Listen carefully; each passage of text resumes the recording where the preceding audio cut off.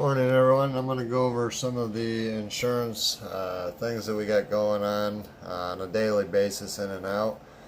So our typical thing that we're fighting insurance, and every contractor across the nation is fighting the same things day in and day out, is the different scope of work.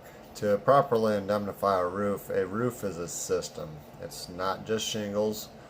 It's not just felt paper, it's not just high, not just steep, and your average or 75% of your insurance companies want to keep it as basic and as simple. So I'm just breaking down a couple of the items for you, 3 of them to be exact, and just show you, and then I'll go through and add a couple other things based on a satellite image for a basic house.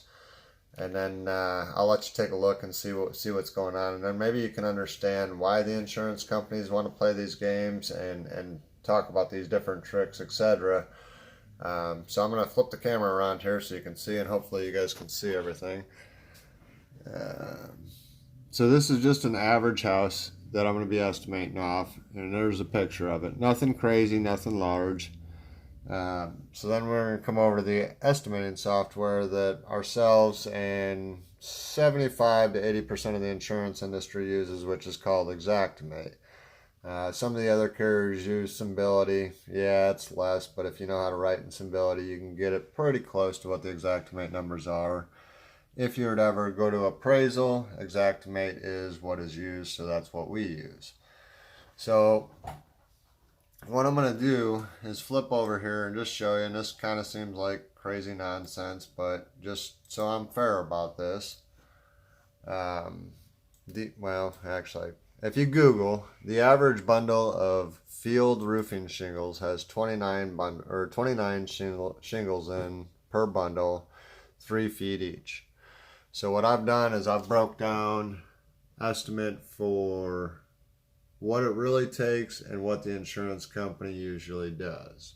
So this first one you see, sorry I got the camera, I can't really see what I'm looking at, it won't flip around, but this first one right here, that's the insurance number, and this is what a roofing contractor is going to charge because those are actual items. So the insurance companies always say ridge cap and starter strip is part of the field waste. Well, on a roof like this, they're going to give you 10% waste. Probably only going to use about 6 or 7%. However, that does not account for starter strip and ridge cap to go on. So what we usually do is we say, all right, lower our waste down to 6 or 7%, give us the starter and ridge, and they still want to argue and say no, it's part of the waste and that's all we're paying, period. Well, it's not part of the waste, because in order to use a field shingle as a starter strip or a ridge cap, you have to manipulate that shingle and cut it, and that means you got hourly labor sitting there to do so, and it's still not going to be proper because a seal strip on a starter strip is 1 inch up from the edge of the shingle right here. That's one of the most important areas to have sealed down. Same thing with at your rake ends here, that's the most important area to be sealed down. A field shingle is going to be 5 7/8 to 6 inches up, so you're really not sealing down the edge like you need to. As far as a ridge cap is sold separately. They look like a 3-tab shingle, but they're perforated so they come apart very quickly, and you don't have somebody up there having to do each one of those shingles. Plus they have a slight angle at the back side, so you don't have any kind of errors there. So on the insurance company's estimate, you see what they have here is $361.93.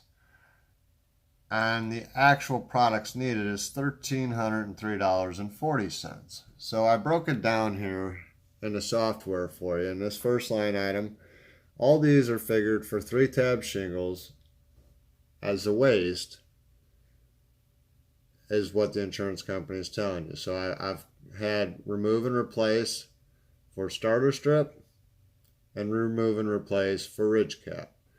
So on this roof, I'll come back over here, the eaves and the rakes is where your starter strip's needed. That's 261 feet. So if you take your 261 feet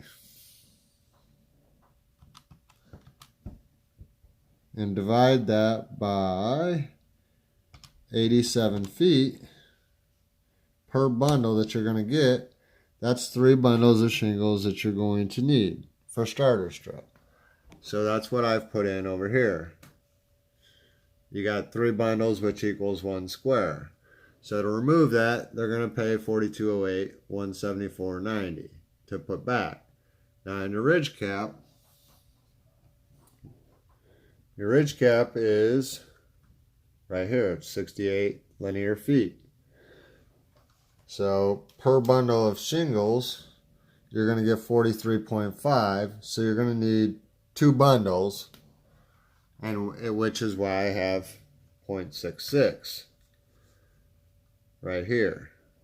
That's what they're considering the waste of a field shingle to do so. Now here's Xactimate, and I'll click on these items so it shows right exactly what it is. Your seal strip's right there, an inch off of the drip edge and gutter apron. And even Xactimate knows you got to install drip edge and gutter apron, which insurance companies try to deny all day, every day. But it is code in the Indiana, and I'll get to that as well. So this is a peel and stick that it's showing, but I don't have a peel and stick. I have where it's each shingle. So if I click into the detail of that, it's going to say starter shingle, roofing nails, replacement, roofing cement, install labor. So when I put in the 261 feet, again, which is what you see down here, 261, and that's what this goes by as linear feet, 261, $404.55. Already, just on the starter strip without the ridge cap, we're at the same as what the insurance company was. So now you add the 68 linear feet of ridge cap that we had, and there's another $368.46.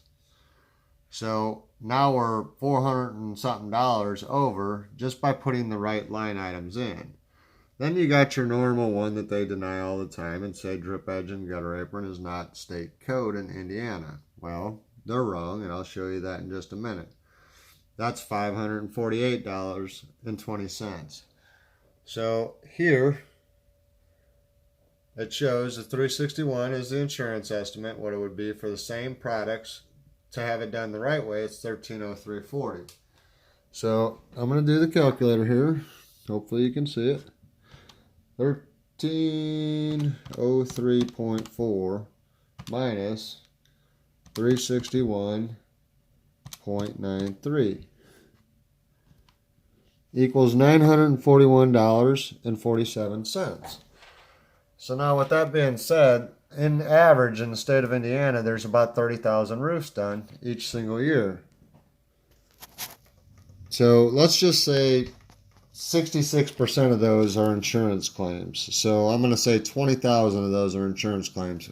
Ours are about 95% insurance claims. So I'm going to times 941.47 times 20,000. That's $18 million, almost $19 million, the insurance company's saving by these 3 line items. Do you think that they're doing it because they just really truly believe that it's not needed, or it's not recommended by manufacturers, or it's not state code? Or do you think it's greed? That opinion's really up to you. I know what my opinion is, but I'm going to flip this around just a little bit further and give you some of the items that are on a normal basis that they don't want to do just off of this little roof again. So on this roof, there's no valleys, but the walls, you got 13 feet of apron flashing, 40 feet of step flashing. These are things that they try to tell you to reuse the same thing. So I'm going to type in your RFG STEP and put in 40 linear feet. There's another $296 that they typically try to deny. So then you go your RFG, and I'm not sure what the end wall flashing code is. Forget that one all the time. So color finish. There's 13 feet. So there's another $89.93. So then you're going to have to, in order to properly do those, you're going to have a detach and reset of siding and for this particular case, I'm just going to put vinyl siding even though it wasn't. And I'll just do 50 feet, which is going to put in a minimum for siding. So there's another 76, plus it's going to kick in a labor minimum of $125 for a different category. And then you're going to have ice and water shield in those areas as well, along with any penetrations. But I'm not even going to go to the penetrations. I'm just going to add this 53 feet, which is 53 times 3 for ice and water shield, because it wants square feet. So with that being said, that 53 feet turns into 159 square feet. So now, just on those couple line items, and these are being very, very, very generous, that's $1,965.57 in order to properly do the roof per manufacturer specs. And again, I'm leaving out a lot of items like roof vents and pipe boots, but I'll put one in of each one of those real quick. So there's one pipe boot, and then RFG, and we'll just say 4 box vents the average roof has, even though that's not proper. We'll just put that in. That's less than the average. So now we're at 2204.79 is what it properly takes to indemnify the same thing that the insurance company is going to pay $361. So when I do the math there again, we got 2204.79 minus 361.93. So that's an $1,842.86 difference. Again, multiply that by 20,000 for the average roofs done in the state of Indiana, which would be insurance claims. That's $36 million, almost $37 million. Why are they not paying for these items? Is it greed? Your call, not mine.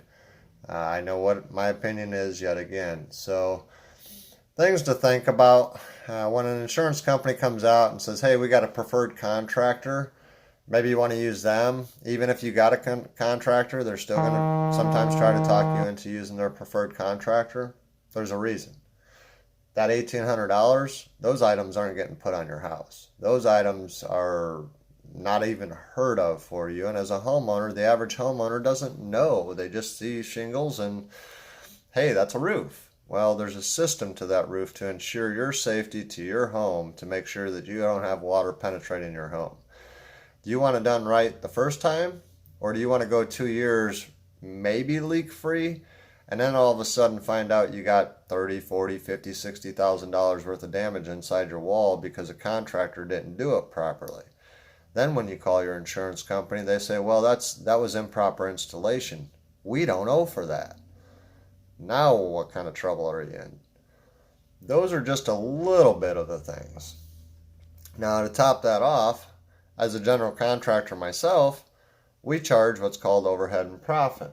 And as funny as it may be, the insurance companies know all about overhead and profit. This is an estimate from State Farm. Right on their front page, this is just a example of one of their estimates, and I've highlighted in yellow here for you: general contractor overhead, general contractor profit. They know all about it. Then the description of it, it says general contractor's overhead and profit.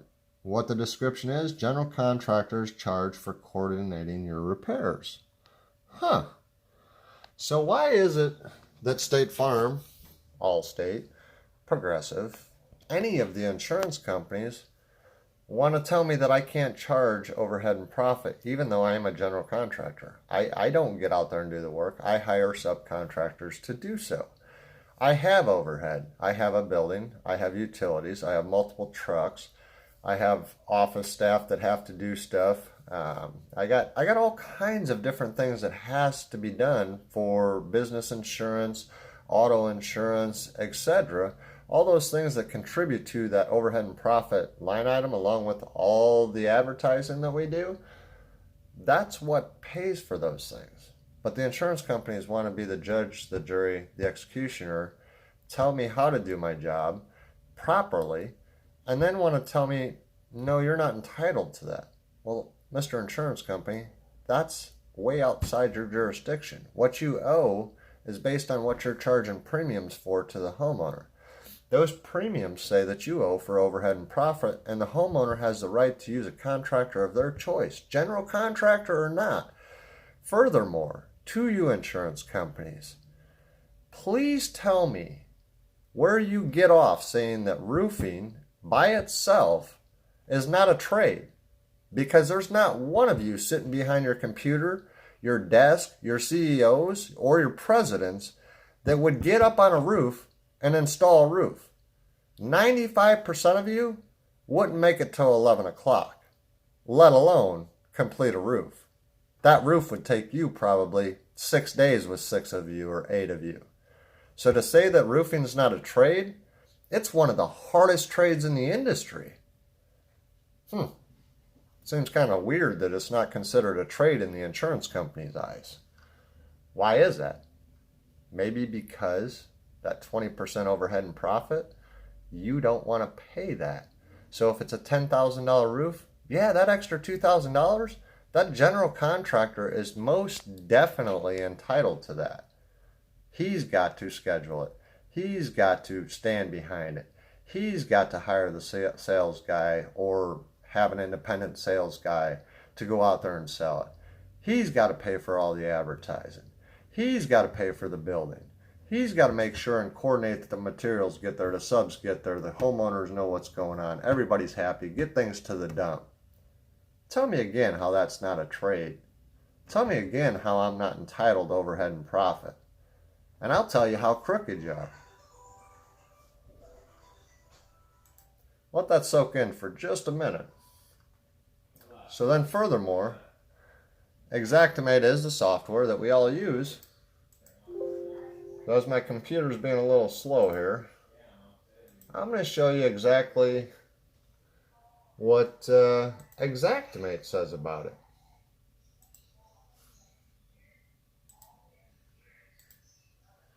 So here's a training manual from Xactimate.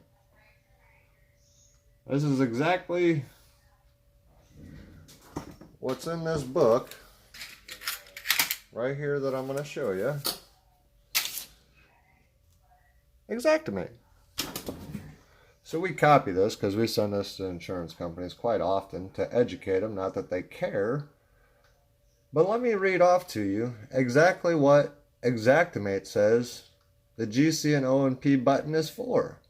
For the fundamental portions of this workbook, we'll leave most of the add-on sections at their default. One important feature to mention at this time is O&P. When Xactware surveys prices from contractors in the field, the unit prices the contractors provide are intended to be inclusive of costs and fees associated with performing the task. But, big but, in yellow here, exclude any general overhead and profit percentage. While O&P is generally overhead and profit paid to the general contractor, there is an additional category of O&P that is not mentioned. This is the O&P required by the subcontractor who performs the work. The unit prices published in Xactware should include, let me bold that out, should include the general contractor's cost to either perform the work with in-house employees or to hire subcontractors. Because subcontractors incur their own overhead and also desire a profit, you configure that unit prices published by Xactware include the subcontractors O&P, but do not include the general contractor's overhead and profit. Maybe I was right again. Maybe all these adjusters behind the desk are coaxed into being told a little part of what the software is designed to do. because the main part clearly states general contractor's overhead and profit is not included into the estimate. But they want you to believe it is. But I just read you the manual. Facts are the facts. You judge who the greedy one is here. Again, I know the answer. So this is just a little bit. I don't want to get too crazy because this has been 20 minutes of just a little bit of what we deal with in and out. But when you're dealing with insurance companies, these are all things that you got to be aware of.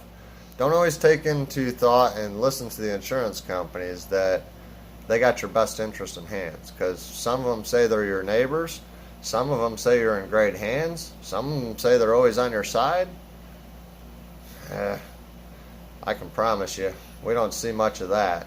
We are your friends, we are your neighbors, we put you in great hands, and we're always on your side. Hence why we fight every one of our insurance claims for our homeowners to make sure they're properly indemnified. Not halfway, not part of the way. That other 30 and 40% that the insurance companies are leaving out, we're going to make sure we get that for you. So if you got any questions, please click the like button below. Follow us on Facebook, YouTube, and hope you guys all learned something from this. Have a great day.